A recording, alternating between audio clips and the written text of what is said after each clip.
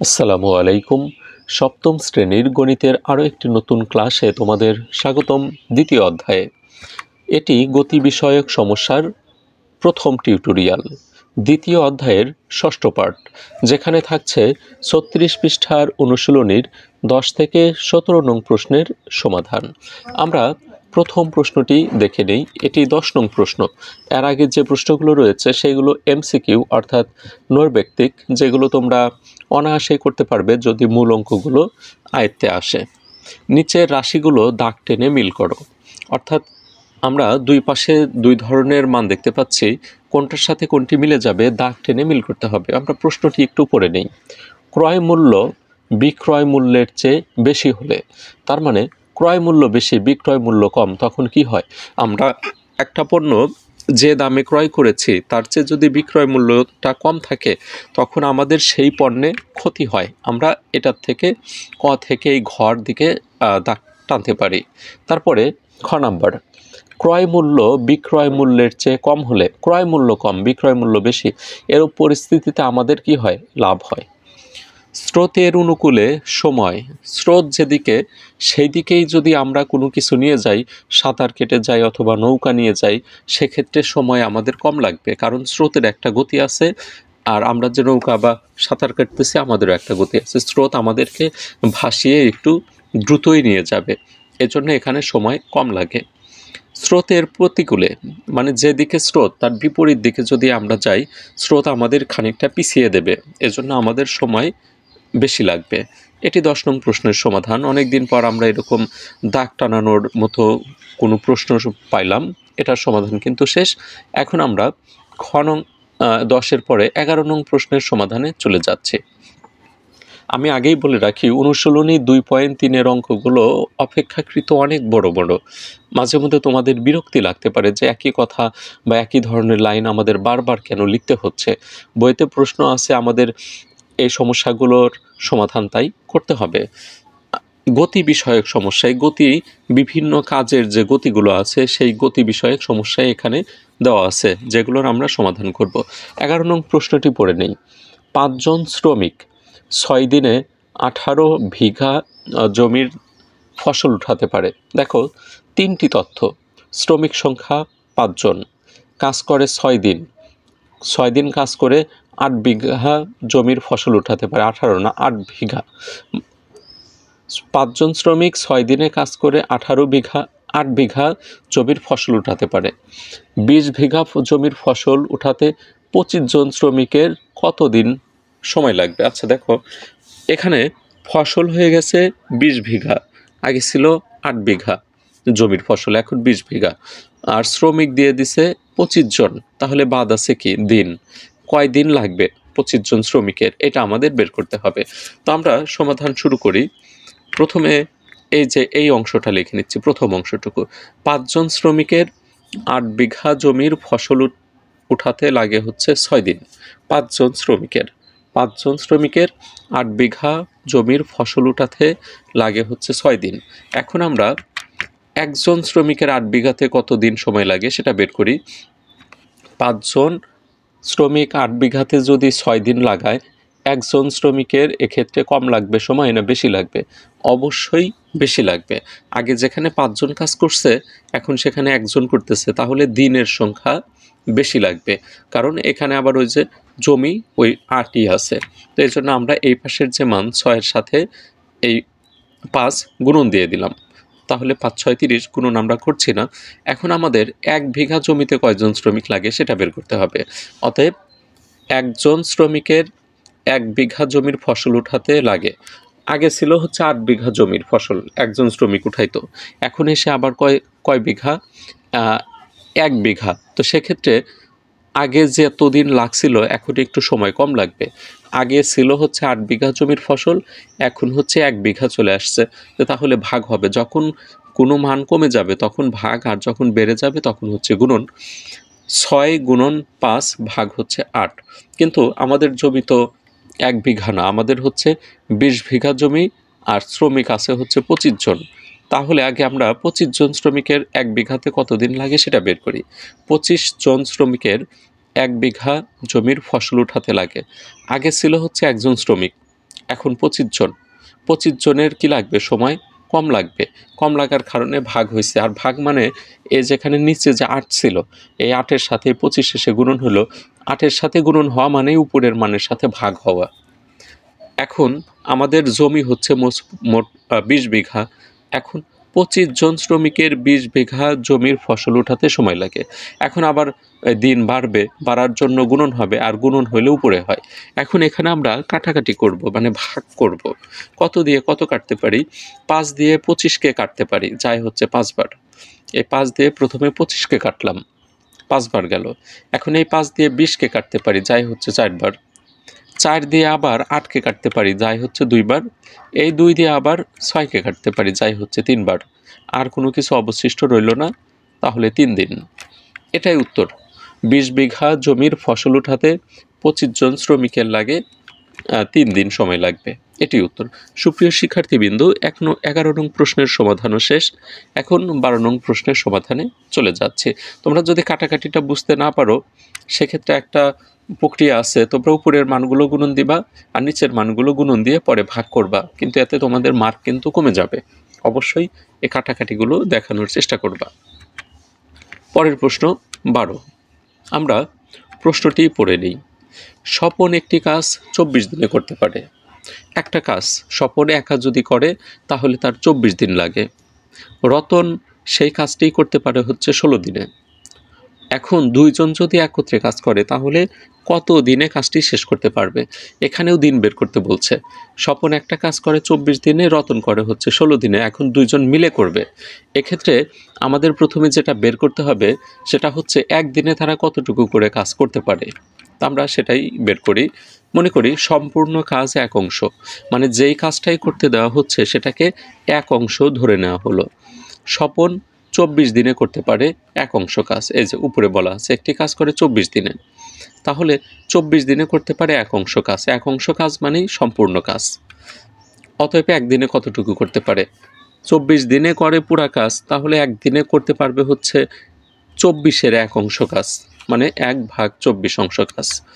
আবার রতনেরটাও ওই একইভাবে আমরা বের করে নিলাম। এখন এই 2 জন একদিনে কতটুকু কাজ করে এটা আমরা যোগ দেব। স্বপন ও রতন একত্রে একদিনে করতে পারে।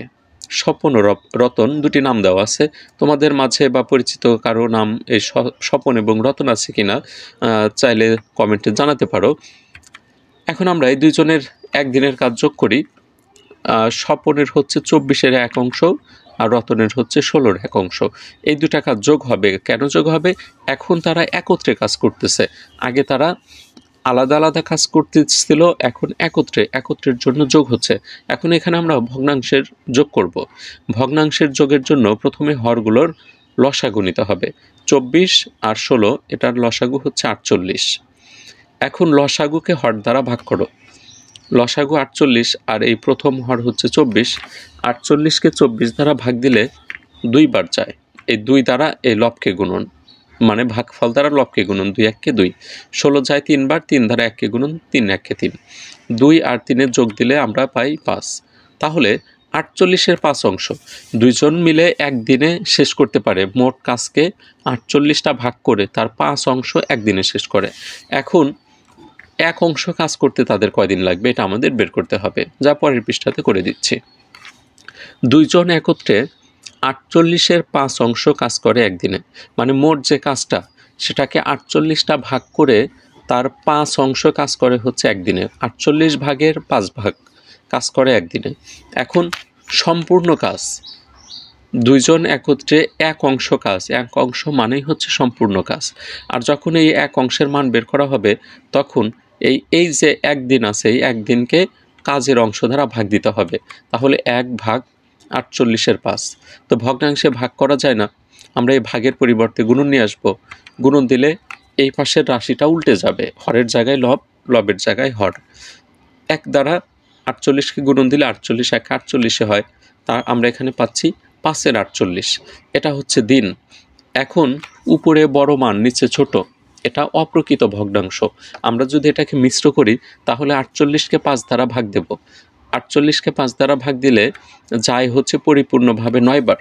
9 বার গিয়ে কত হয়? 5 নং 45। তাহলে ভাগশেষ থাকে 3। এই ভাগশেষটা এখন লবের জায়গায় থাকবে, আর হর যা ছিল তাই। তো আমরা উত্তর পাচ্ছি 9 সমস্ত 5-এর 3 দিন। স্বপন ও রতনের একত্রে কাজটি শেষ করতে সময় লাগবে 9 সমস্ত 5-এর 3 দিন। সুপ্রিয় শিক্ষার্থীবৃন্দু, এটি উত্তর 12 নং প্রশ্নের। এখন আমরা 13 নং প্রশ্নের সমাধানে চলে যাচ্ছি। 13 নং প্রশ্নটি পড়ে নেই। এটি অনেকটা আগের অঙ্কের মতোই, একদম প্রায় সেম। হাবিবা ও হালিমা একটি কাজ একত্রে 20 দিনে করতে পারে। দুইজন মিলে, এখানে আগেরটাতে আলাদা আলাদা করে দেওয়া ছিল, এখানে আবার দুইজনের নাম আছে, কিন্তু তারা একটা কাজ একসাথে করতে পারে হচ্ছে 20 দিনে। হাবিবা ও হালিমা একত্রে 8 দিন কাজ করার পর হাবিবা চলে গেল। দেখো, এখানে তারা একসাথে কাজ করলো হচ্ছে 8 দিন। 20 দিনে কাজ শেষ করতে পারত, কিন্তু দুইজনে কাজ করছে একত্রে 8 দিন। তাহলে 8 দিন কাজ করার পর বাকি কাজ কিন্তু অবশিষ্ট থাকে। হালিমা বাকি কাজ 21 দিনে শেষ করলো, মানে অবশিষ্ট যে কাজটা ছিল সেটা 21 দিন লাগছে হালিমার। সম্পূর্ণ কাজটি হালিমা কত দিনে শেষ করতে পারত? মানে হালিমা যদি একাই কাজটি করত তাহলে তার কত দিন লাগতো? তো এখন আমাদের সমস্যার এই সমাধানের শুরুতে যে মানটা বের করতে হবে, 20 দিনের 8 দিনে তারা কত অংশ কাজ করছে এইটুকু আগে বের করতে হবে। আমরা সমাধানের শুরুতে লিখে নিচ্ছি। মনে করি সম্পূর্ণ কাজ 1 অংশ, এখানেও কাজটাকে 1 অংশ ধরে নেওয়া হলো। তারপর হাবিবা ও হালিমা একত্রে 20 দিনে করতে পারে 1 অংশ কাজ, এটাই যে উপরে বলা আছে। তাহলে আমরা যেটা দেখতে পাচ্ছি, 20 দিনে সম্পূর্ণ কাজ করে ফেলে, কিন্তু তারা কি 20 দিন একত্রে কাজ করেছে? তারা একত্রে কাজ করেছে 8 দিন। তাহলে 8 দিনের কাজ বের করতে হবে। 8 দিনের একত্রে কাজ বের করার পূর্বে আমাদের 1 দিনের বের করে নিতে হবে। অতএব এখন আমরা 1 দিনের কাজটা বের করি। অতএব 1 দিনে করতে পারে। 20 দিনে যে কাজ করতে পারে 1 দিনে, তার চেয়ে কম করতে পারবে। এর জন্য 1কে আমরা 20 দ্বারা ভাগ দেব। তাহলে এখানে আমরা পাচ্ছি 1/20। কিন্তু তারা আসলে একসাথে কাজ করছে কতদিন? 8 দিন। 8 দিনে আবার 1 দিনের চেয়ে বেশি কাজ করতে পারবে, অতএব 8 দিনে করতে পারে। তাহলে 8 দ্বারা গুণন করতে হবে। 1/20 আছে, তার সাথে গুণন হবে 8, আর গুণন মানে উপরে, আর যদি ভাগ হয় তখন হচ্ছে নিচে গুণন হয়ে যায়। তো এখানে আমরা কি পাচ্ছি? 8 আর 20 আমরা কাটাকাটি করতে পারি। 4 দ্বারা 8-এর ভিতরে 4 2 বার যায়, 20-এর ভিতরে যায় হচ্ছে 5 বার। তো এখানে আমরা কি পাচ্ছি? 5-এর 2 অংশ কাজ। তার মানে মোট কাজটাকে যদি 5 ভাগ করা হয়, তার 2 অংশ কাজ করে ফেলেছে 8 দিনে। তাহলে অবশিষ্ট থাকে কতটুকু? অবশিষ্ট 5 ভাগের 2 ভাগ করে ফেলছে, তাহলে 5 ভাগের 3 ভাগ কাজ অবশিষ্ট থাকে। এটা এখন আমরা বের করব। হাবিবা চলে যাবার পর কাজ বাকি থাকে। মোট কাজ হচ্ছে 1 অংশ। এই 1 অংশ থেকে বাদ দিতে হবে 5-এর 2। তাহলে ভগ্নাংশের বিয়োগ, প্রথমে হরগুলোর লসাগু। এখানে একটাই হর 5, এখানে কোনো হর নাই। হর না থাকলে আমরা লসাগুর সাথে সরাসরি গুণন করে নেব, ওই ভাগের প্রক্রিয়ায় যাওয়ার দরকার নেই। তাহলে 5 1-কে 5 হয়, আর এখানে 5 দ্বারা 5কে ভাগ দিলে 1 বার যায়। 1 দ্বারা 2কে গুণন 2, 5 থেকে 2 বাদ দিলে থাকে হচ্ছে 3। 5-এর 3 অংশ, একটু আগে আমি যেটা বলেছিলাম। মোট কাজকে 5টা ভাগ করে 2 অংশ করে ফেলেছে 8 দিনে, এই যে এখানে। তাহলে বাকি থাকে কত? 5-এর 2 করে ফেলছে, তাহলে বাকি থাকে হচ্ছে 5-এর 3। এই কাজটুকু বাকি আছে। এই 5-এর 3 অংশ কাজ হালিমা একা শেষ করছে 21 দিনে। এখন এইটা থেকেই আমরা তার সম্পূর্ণ কাজ করতে কতদিন লাগতো এটা আমরা বের করতে পারবো। তো আমরা এখন লিখে নিচ্ছি, হালিমা 5-এর 3 অংশ কাজ করে 21 দিনে। এই যে এটা হচ্ছে অবশিষ্ট কাজ। এই অবশিষ্ট কাজ করতে তার 21 দিন লাগছে। এখন 1 অংশ কাজ করতে তার কত? তো আমরা এখন কি করব? এই 21কে ভাগ দেব 5-এর 3 দ্বারা।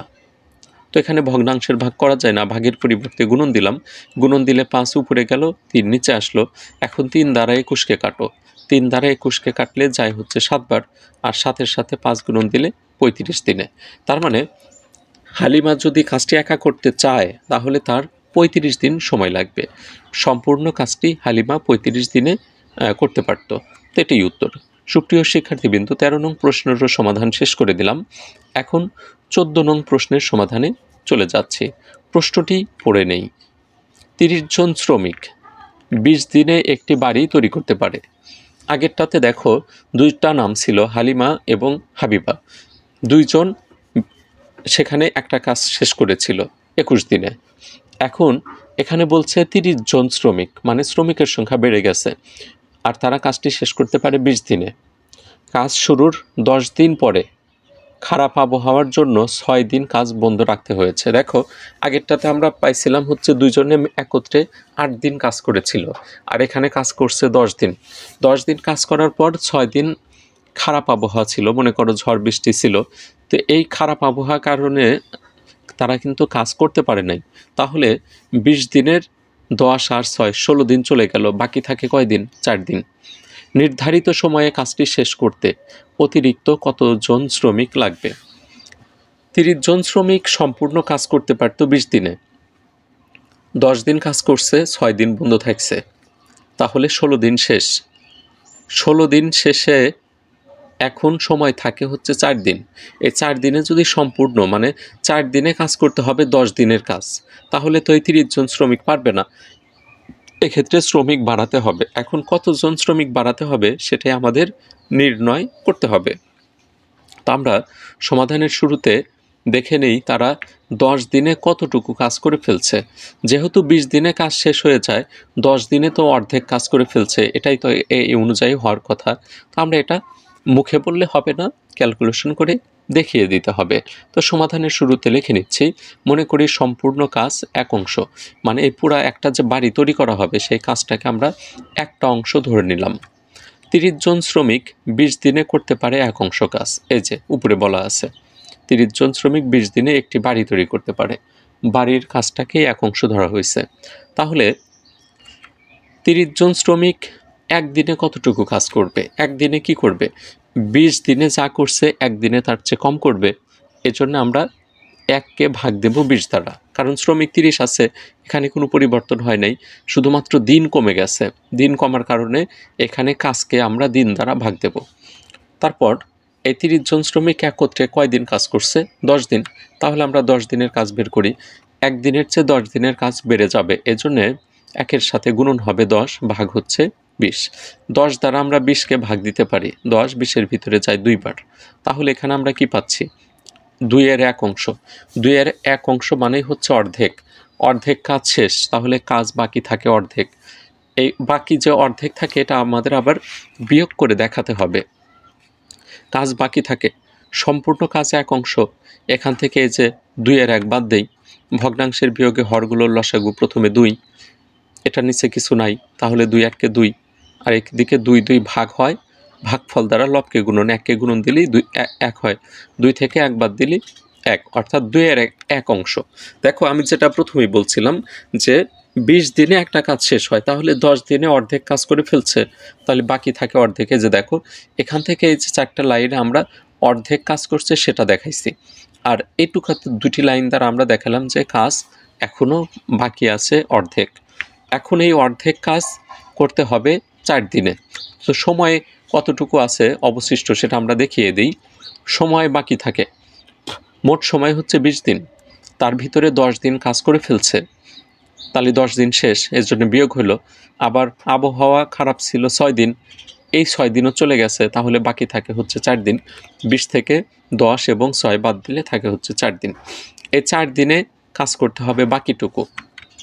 তা আমরা যেটা লিখে নেব, 10 দিনে 2-এর 1 অংশ কাজ করতে পারে 30 জন শ্রমিক।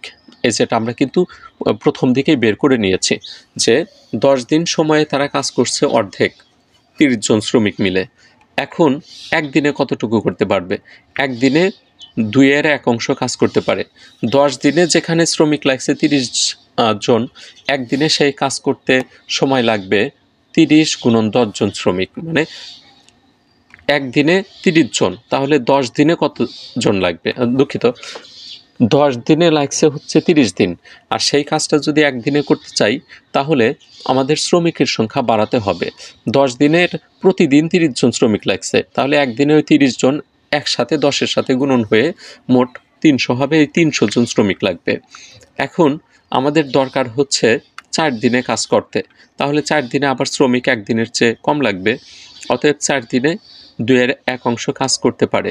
এখন ভাগ হবে 30 গুণন 10 ভাগ হচ্ছে 4। আমরা কাটাকাটি করতে পারি। 30 এবং 4কে কাটতেছি, 30কে 4 দ্বারা ভাগ দিলে 15 বার যায়। তো 30 দ্বারা না, এখানে 2 দ্বারা ভাগ করা হয়েছে। দেখো আমি আবারও দেখিয়ে দিচ্ছি।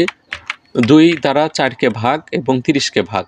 30-এর ভিতরে 2 যায় 15 বার, 4-এর ভিতরে যায় হচ্ছে 2 বার। এখন এই 2 দ্বারা আবার 10কে ভাগ দেওয়া যায়। 2 10-এর ভিতরে যায় 5 বার। 15 আর হচ্ছে 5 গুণন দিলে হয় 75 জন। তো আমাদের অবশিষ্ট যে কাজ আছে সেই কাজটা শেষ করতে মোট শ্রমিক লাগবে 75 জন। 75 জনের ভিতরে 30 জন শ্রমিক তো আছেই, তাহলে অতিরিক্ত কয়জন লাগবে? তো এই অতিরিক্ত শ্রমিকই আমাদের বের করতে হবে। অতিরিক্ত শ্রমিক লাগবে 75 বিয়োগ 30। 30 জন আছে, আমার শ্রমিক লাগবে হচ্ছে 75 জন। তাহলে 30 জন আছেই, তাহলে 75 থেকে 30 বাদ দিলে থাকে হচ্ছে 45 জন। এটি উত্তর। উত্তর 45 জন। দেখো আমি প্রথমেই বলেছিলাম অঙ্কগুলো একটু বড় বড়, অনেক সময় বিরক্ত লাগবে। আমার নিজেরই বিরক্ত লাগে যে এত বড় বড় অঙ্ক দেওয়ার কি দরকার সপ্তম শ্রেণীর শিক্ষার্থীদের জন্য। তারপরেও তোমাদের সিলেবাসে আছে, পাঠ্য বইয়ে আছে, তোমাদের সমাধান করতে হবে। একটু বারবার প্র্যাকটিস করতে থাকো, দেখবা যে 2-3 বার করে অঙ্ক করার পর অনায়াসেই তোমরা এগুলো সমাধান করতে পারবে।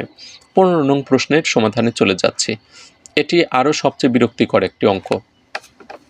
একটি কাজ ক ও খ, মানে এই ক খ একত্রে 16 দিনে করতে পারে, খ গ করতে পারে 12 দিনে, আর ক এবং গ 20 দিনে করতে পারে। ক খ গ একত্রে কাজটি কত দিনে করতে পারবে? আমরা প্রথম দিকে দেখতে পাচ্ছি 2 জন করে কাজ করে। কর সাথে খ যদি কাজ করে 16 দিন লাগে, খর সাথে গ 12 দিন, আর হচ্ছে কর সাথে গ হচ্ছে 20 দিন। তো এখানে 3 জন যদি একসাথে কাজ করে তখন কত দিন লাগবে? এই 3 জনের কাজ একত্রে করতে হবে। একত্রে করার জন্য প্রথমে তারা একদিনে কতটুকু কাজ করে সেটা আমরা আগে নির্ণয় করে নিই। সমাধানের শুরুতে লিখে নিচ্ছি, মনে করি সম্পূর্ণ কাজ 1 অংশ। ক ও খ একত্রে 16 দিনে করে 1 অংশ কাজ, এই যেখানে বলা আছে। তাহলে একদিনে কতটুকু করে? 1/16 অংশ কাজ। অনুরূপভাবে খ ও গ একত্রে 12 দিনে করে, একদিনে করে হচ্ছে 12-এর 1 অংশ কাজ। তারপর এই যে শেষে আছে হচ্ছে ক ও গ। ক ও গ একত্রে 12 দিনে করে হচ্ছে 20 অংশ কাজ। তাহলে একদিনে করে 20-এর 1 অংশ কাজ। আমরা এই 3 জনের কাজ বা 3টি যে দল হইল ক খ, খ গ আর হচ্ছে ক গ, মানে 2 জন করে যদি একত্রে কাজ করে, এভাবে 3টা দল হচ্ছে, তারা একদিনে কতটুকু করে কাজ করতে পারে সেটা বের করে ফেলছি। এখন আমাদের দরকার হচ্ছে ক খ গ একত্রে, তার মানে ক খ গকে আমরা যোগ করি। একদিকে ক খ গকে যোগ দেব, অপরদিকে তারা যে অংশটুকু কাজ করেছে সেটাকেও যোগ দেব। তো লিখে নিচ্ছি ক খ যোগ খ যোগ গ যোগ ক যোগ গ, অর্থাৎ ক আর খ মিলে একদিনে করছে, খ গ মিলে একদিনে করছে, আর ক গ মিলে একত্রে একদিনে করে। 3 জনের যে কাজ ছিল, 3টা দলের কাজ, প্রতি দলে 2 জন করে সদস্য ছিল, এরকমভাবে তারা হচ্ছে 3 দিন কাজ করছে। এজন্য এই মানগুলো যোগ দিলাম।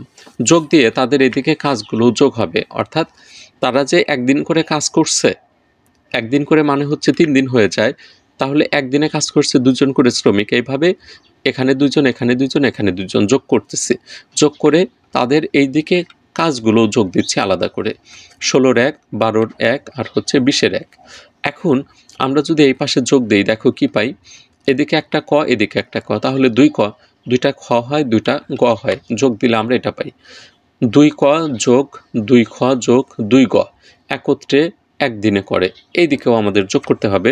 প্রথমে হরগুলো লসাগু, 16, 12, 20-এর লসাগু হচ্ছে 240। 16 দ্বারা 240কে ভাগ দাও, যে কয়েকবার যায় সেটা দ্বারা গুণন দিতে হবে 1কে, 15 বার যায়। 15 দ্বারা 1কে গুণন দিলি 15। 12 যায় হচ্ছে 20 বার, 20 দ্বারা 1কে গুণন দিলি 20 হয়। 20 240-এর ভিতরে যায় হচ্ছে 12 বার, 12 দ্বারা 1কে গুণন দিলে 12। এখন এই পাশ থেকে দেখো প্রত্যেকটা আমরা বের করব ক খ গড় কাজ, কিন্তু প্রতিটার সাথে 2 করে আছে। আমরা এখানে 2 কমন নেই। 2 কমন নিলে কি থাকে? ক যোগ খ যোগ গ, অর্থাৎ 2 কমন নিচ্ছি মানে 2 দ্বারা ভাগ করছি। ভাগ করলে 2 গুলো ভাগ হয়ে যায়, থাকে হচ্ছে ক খ গ। একত্রে একদিনে করে। এদিকে উপরে যোগ দাও, 15, 20, 12 যোগ দিলে হয় হচ্ছে 240-এর 47, অর্থাৎ উপরে যোগ দিলে 47। এখন 2 আছে এখানে গুণাকারে, যদি এই পাশে নিয়ে আসি তাহলে ভাগ হবে, ভাগ মানে নিচে আসবে, নিচে হচ্ছে 240 আছে, তাহলে 240-এর সাথে গুণন হবে। এখন 240 আর 2 গুণন দিলে আমরা এখানে পাচ্ছি 480।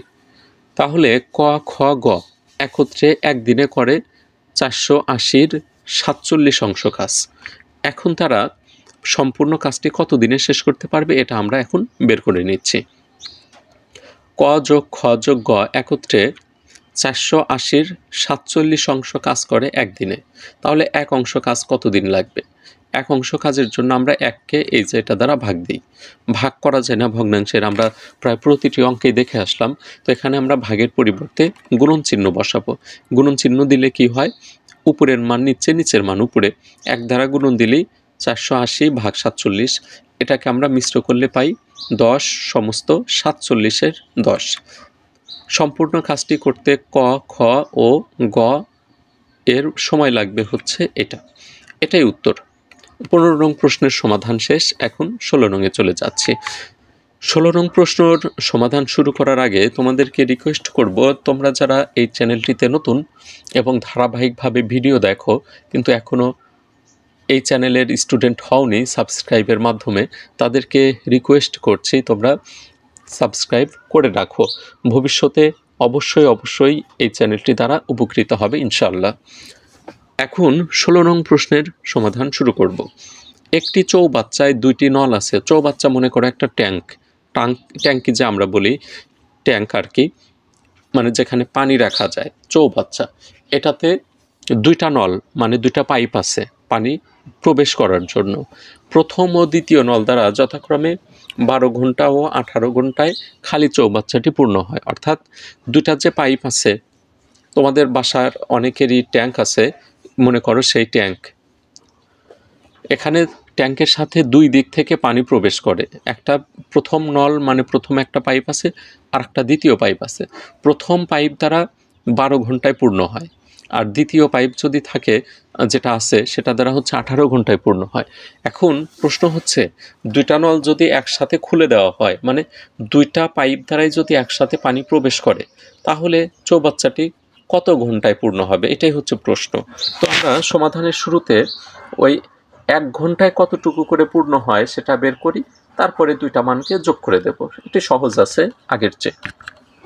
সমাধানের শুরুতে আগে চৌবাচ্চায় কত অংশ পানি ধরে সেটা লিখে নিচ্ছি। মনে করি চৌবাচ্চায় মোট পানি ধরে 1 অংশ, তার মানে চৌবাচ্চাটি পূর্ণ হয়ে গেলে 1 অংশ হয়ে যায়। এখন আমরা লিখে নেই, প্রথম নল দ্বারা 12 ঘন্টায় পূর্ণ হয় 1 অংশ। এ যেখানে বলা আছে প্রথম নল দ্বারা 12 ঘন্টা লাগে, তাহলে 1 ঘন্টায় কত হবে? 1 ঘন্টায় 12-র 1 অংশ। অনুরূপভাবে দ্বিতীয় নল দ্বারা আমরা বের করে নিলাম, দ্বিতীয় নল দ্বারা 1 ঘন্টায় পূর্ণ হয় 18-র 1 অংশ। এখন যেহেতু 2টি নল একসাথে খুলে দিছে, তাহলে 1 ঘন্টায় 2টি নল খুলে দিলে কত অংশ পূর্ণ হয় সেটা আমরা লিখে নিই। 2টি নল একসাথে খুলে দিলে 1 ঘন্টায় পূর্ণ হয়। এই যে এখানে 12-র 1 আর 18-র 1 এই 2টি মান যোগ হবে। আমরা এখন যোগ দিই। 12 আর 18-র লসাগু হচ্ছে 36। 12 দ্বারা 36-কে ভাগ দাও, কতবার যায়? যায় হচ্ছে 3 বার। 3 দ্বারা এই উপরের 1-কে গুণন। এখন 18 দ্বারা 36-কে ভাগ দিলে 2 বার যায়, 2 দ্বারা 1-কে গুণন 2। 3 আর 2 যোগ দিলে আমরা পাই 36-এর 5 অংশ।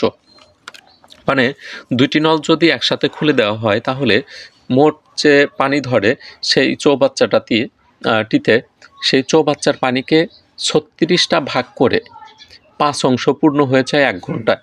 তাহলে 1 অংশ পূর্ণ হতে কত সময় লাগবে সেটা আমরা বের করব। চৌবাচ্চার 36-এর 5 অংশ পূর্ণ হয় 1 ঘন্টায়, অতএব 1 অংশ পূর্ণ হয়। তো 1 অংশর মান বের করতে গেলে আমাদের কি করতে হবে? এই যেখানে 1 আছে, এই 1-কে 36-এর 5 দ্বারা ভাগ দেব। আর ভাগের পরিবর্তে গুণন আসলে উল্টে যায়, তাহলে এখানে আমরা পাচ্ছি 36 ভাগ 5। এখন আমাদের যে কাজটা করতে হবে, অপ্রকৃতকে মিশ্র করো। মিশ্র করলে আমরা পাচ্ছি 7 সমস্ত 5-এর 1 ঘন্টা। এটাই উত্তর। 2টি নল একসাথে খুলে দিলে খালি চৌবাচ্চাটি পূর্ণ হতে সময় লাগবে 7 সমস্ত 5-এর 1 ঘন্টা। তারপর আমরা 17 নং প্রশ্ন এবং শেষ প্রশ্নের সমাধানে চলে যাচ্ছি, যেটি 36 পৃষ্ঠাতে রয়েছে। একটু আগে তোমাদের রিকোয়েস্ট করেছিলাম চ্যানেলটিতে নতুন হলে সাবস্ক্রাইব করার জন্য। যারা সাবস্ক্রাইব করেছো তাদেরকে অসংখ্য ধন্যবাদ জানাচ্ছি, আর যারা ইতিমধ্যেই করে রেখেছো তাদেরকেও আন্তরিক শুভেচ্ছা জানাচ্ছি। আর যারা করনি তাদেরকে রিকোয়েস্ট করব পরবর্তীতে করে নেবে। কৃপণতা করে লাভ কি? স্রোতের অনুকূলে একটি নৌকা 4 ঘন্টায় 36 কিলোমিটার পথ অতিক্রম করে। স্রোতের অনুকূলে মানে পানিতে যখন স্রোত থাকে, স্রোত যেদিকে যায় নৌকাও সেদিকে গেছে, এরকম করে। অনুকূল মানে হচ্ছে স্রোত যেদিকে নৌকাও সেদিকে, আর প্রতিকূল মানে হচ্ছে স্রোত যেদিকে নৌকা যাচ্ছে তার বিপরীত দিকে। তো স্রোত যেদিকে যায় সেদিকে যাইতে সময় একটু কম লাগে। কেন লাগে? নৌকার একটা নিজস্ব গতি আছে, আর স্রোত নৌকাকে খানিকটা ভাসিয়ে নিয়ে যায়, এইভাবে সে একটু দ্রুত গতিতে যেতে পারে। স্রোতের বেগ ঘন্টায় 3 কিলোমিটার হলে স্থির পানিতে নৌকার বেগ কত? নৌকার বেগ মানে ঘন্টায় কত কিলোমিটার নৌকা যাচ্ছে সেটা আমাদের বের করতে হবে। তো সমাধান শুরু করি। শুরুতে লিখে নিচ্ছি, স্রোতের অনুকূলে নৌকাটি 4 ঘন্টায় যায় 36 কিলোমিটার। আমাদের এখানে 1 ঘন্টার মান লাগবে, কারণ স্রোতের বেগ দেওয়া আছে ঘন্টায়, আমাদের নৌকার বেগও ঘন্টায় নির্ণয় করতে হবে। নৌকাটি 1 ঘন্টায় যায় 36 ভাগ 4, 9 কিলোমিটার। দেখো 1 ঘন্টায় যাচ্ছে হচ্ছে 9 কিলোমিটার। এই 9 কিলোমিটারের মধ্যে 3 কিলোমিটার নিয়ে যাচ্ছে হচ্ছে স্রোত, তাহলে নৌকা এককভাবে কতটুকু যাচ্ছে? 6 কিলোমিটার। এটাই আমরা বের করব। আমরা জানি স্রোতের অনুকূলে নৌকার বেগ সমান, অনুকূলে নৌকার বেগ তার সাথে যোগ হয় স্রোতের বেগ, এই মিলে হচ্ছে অনুকূলে নৌকার বেগ। তো এখন আমাদের দরকার হচ্ছে স্থির পানিতে নৌকার বেগ। অতএব স্থির পানিতে নৌকার বেগ সমান 9 বিয়োগ 3, অর্থাৎ নৌকার যে বেগ আছে অনুকূলে সেই বেগ থেকে স্রোতের বেগ বাদ দিলে আমরা পাবো হচ্ছে নৌকার বেগ। তাহলে আমরা কত পাচ্ছি? 6 কিলোমিটার। তারপরে উত্তরটা লিখে নাও। অতএব স্থির পানিতে নৌকার বেগ ঘন্টায় 6 কিলোমিটার। সুপ্রিয় শিক্ষার্থীবৃন্দু, 36 পৃষ্ঠার 1 থেকে 17 নং প্রশ্ন ছিল, আমি 10 থেকে আলোচনা করেছি। বাকি 9টি প্রশ্ন MCQ, তোমরা অনায়াসে সেগুলোর উত্তর করতে পারবে যদি অনুশীলনী 2.1, 2.2 এবং 2.3 অঙ্কগুলো তোমরা আয়ত্তে নিয়ে নাও। আর যদি পূর্বের অঙ্কগুলো না দেখো অথবা এই অঙ্কগুলো নিয়মিত বা মনোযোগ সহকারে না দেখো, তাহলে কিন্তু MCQগুলো উত্তর করতে পারবে না। তো বিদায় নিচ্ছি এই টিউটোরিয়াল থেকে। সবাই সুস্থ থাকো, ভালো থাকো। আল্লাহ হাফেজ।